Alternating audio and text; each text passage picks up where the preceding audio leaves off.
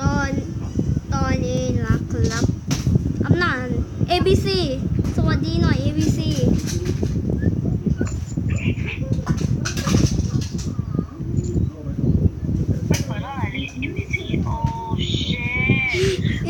หัวล้าน เพื่อนโดนหลอก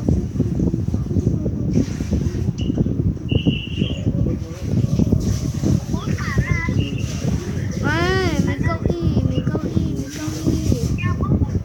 ใครอยากจะมาขึ้นตัวนี้ก็ขึ้นได้มานั่งเก้าอี้ได้ทุกทิศทุกทาง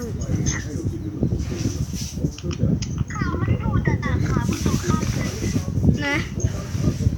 ขาหลุดขาหลุด no eat me อย่ากดเย็ดนะ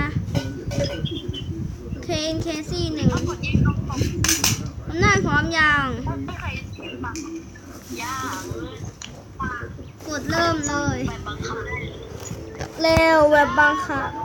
เอาแบบบังคับเร็วโอเคกดเริ่มเลย yes sir อุ้ยหุ่นยนต์ตัวจริงมาแล้วดูมีหางด้วยเห็น มีหางอุ้ยกระโดดออกไปในอวกาศแล้วข้าวหุ่นยนต์ออกไปในอวกาศอัดนานรอด้วยอัดนานรอด้วยรอด้วย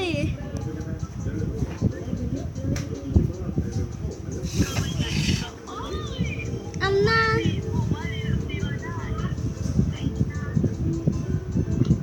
อับนานกลับมาที่เดิม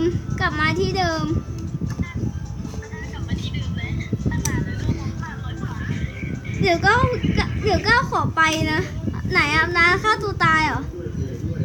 อับนานมาทางนี้มาที่เดิมมาที่นี่อับนานเห็นก้าวไหมหันหลังมา อับนานที่ ABC เหรอ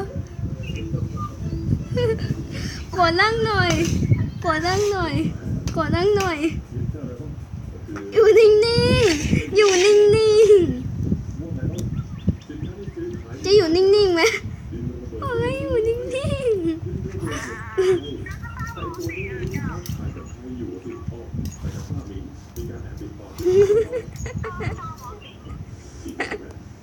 ๆจบเหมือน ABC มันจับกลุ่มเล่นตัวกลม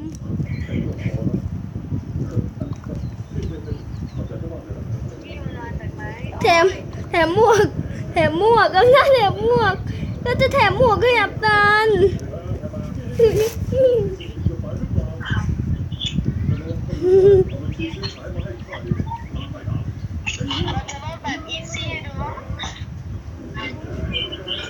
อับนานเจ็บหัวมันเจ็บหัวรู้ไหมนี่คือ APC 2018จึ๊บตึ๊บเราจะตึ๊บไปเรื่อยๆตึ๊บอับนานตาเป็นไรอะ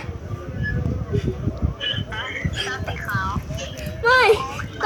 ตามันกระพริบไปเรื่อยๆตามันกระพริบ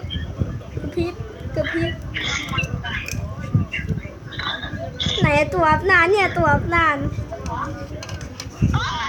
เหมือนอับนานแปลงร่างอำนา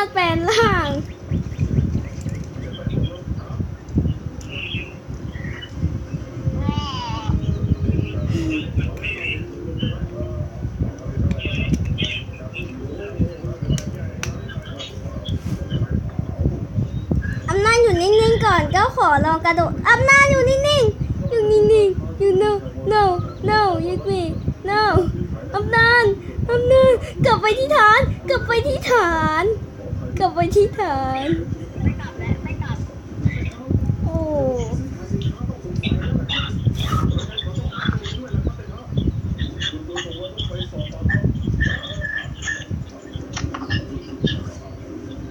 อำนาจรออยู่ตรงนั้นแหละเดี๋ยวก็ไปหาอำนาจรออยู่ตรงนั้นแหละเดี๋ยวก็ไปหา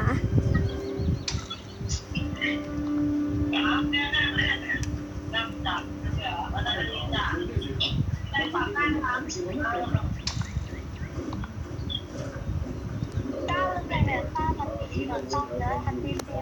ดี๋ยวก็ไปหา ก็จะขี่ลา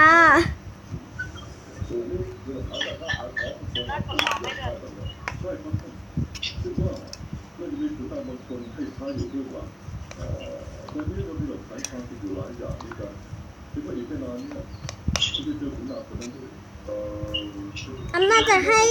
อำนาจจะกลับหรือจะให้ก้าวไปหา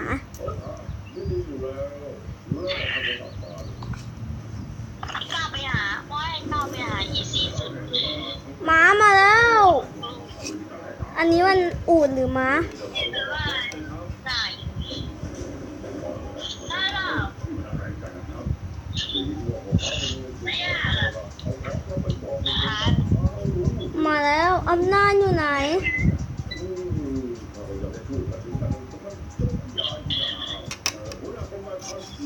ก้าวเลย อำนาจอยู่ไหนล่ะ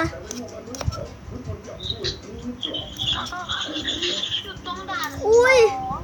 เดี๋ยวก็ไปหาที่ด่าน2ตอนนี้ก็ปิวออกไปในอวกาศไปแล้วไปในอวกาศไปอูดลงไปข้างล่างซะ ไม่ก้าวตัดตัว อำนาจกลับมาที่เดิมก่อนก็ปิวออกไปในอวกาศอยู่ มันกลับไม่ได้ อำนาจเดินกลับดิ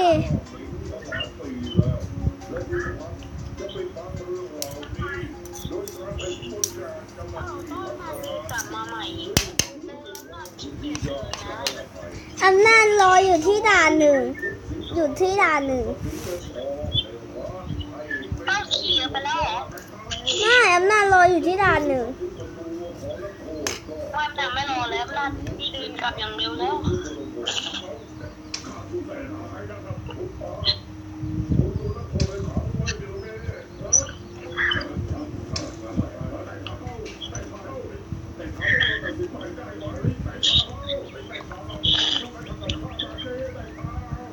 ตอนนี้หาพี่แชมป์คนหนึ่งพี่แชมป์อยู่ตรงนี้ ไม่ใช่พี่แชมป์นะ พี่แชมป์อยู่แถวก็ก้าวแต่เป็นพี่แชมป์ไงก้าวพี่แชมป์อยู่ไหนนะนี่ไงก้าวยังไม่รู้อีกเหรอ เห็นแล้ว ก้าวทำอะไรลูก อำนาจก็ขอต่อกับอำนาจนะอำนาจรอด้วย น่าเรียนพิเศษดีกว่า เที่ยวหน้าต้องให้เรียนพิเศษนะ อำนาจมายืนอยู่ตรงนี้อำนาจมายืนอยู่ตรงนี้ ไม่ได้เรื่องเลย ดอกไม้เหรอของก้าวดอกไม้เหรอ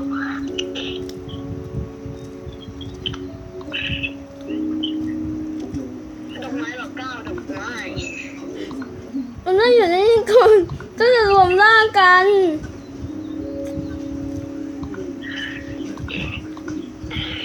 อำนาจบอกให้ยืนอยู่ใกล้ๆดิ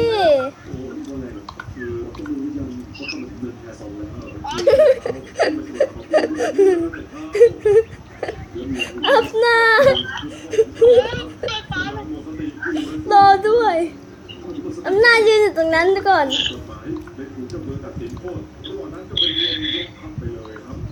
ชื่อตอบว่าชื่อตอบเอาไว้ละ สงสัยอำนาจน่าจะขี้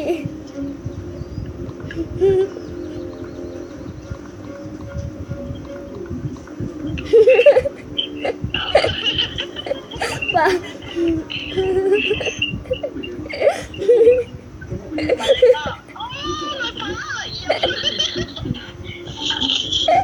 อำนา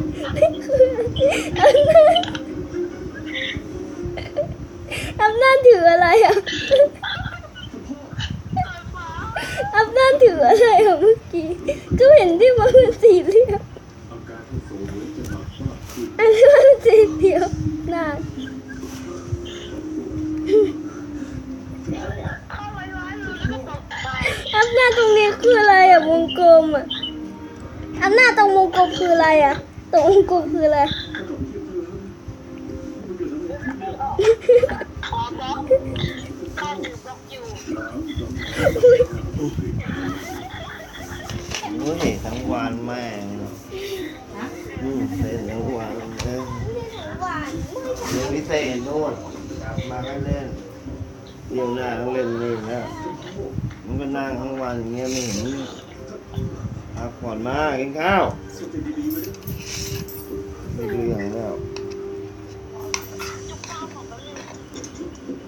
โดนดี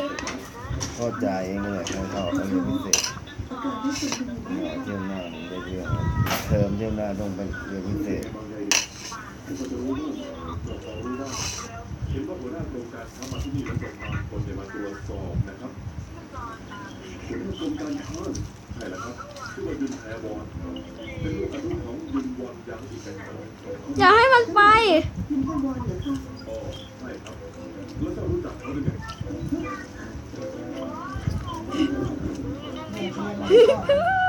มึงบอกว่าวอด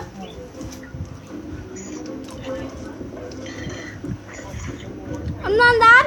อย่าให้มันผ่าน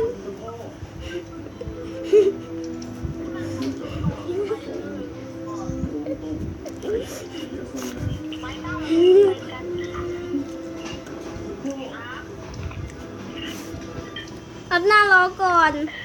อำนาจยืนอยู่เฉยๆนับ1 ถึง 10ยืนอยู่เฉยๆนับ1 ถึง 10 ด้ว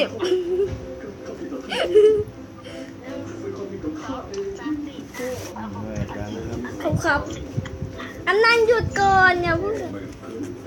อย่าเพิ่งอย่าเพิ่งเดินห้ามกดเดินไปเริ่มเลยมาแข่งกันว่าใครจะเป็นฝ่ายชนะอุ้ยอำนาจยังอีกแล้วอย่ามองขึ้นมาข้างบน หนูขึ้นบนก่อนแต่นึกว่าเจ้าอยู่ไหนตีแม่ อุ้ย ไปเที่ยวที่ทะเลมันตกเดินตกไปทะเล อุ้ยตัว ไปแล้วไปก่อนแล้วก็ไปก่อน บายบาย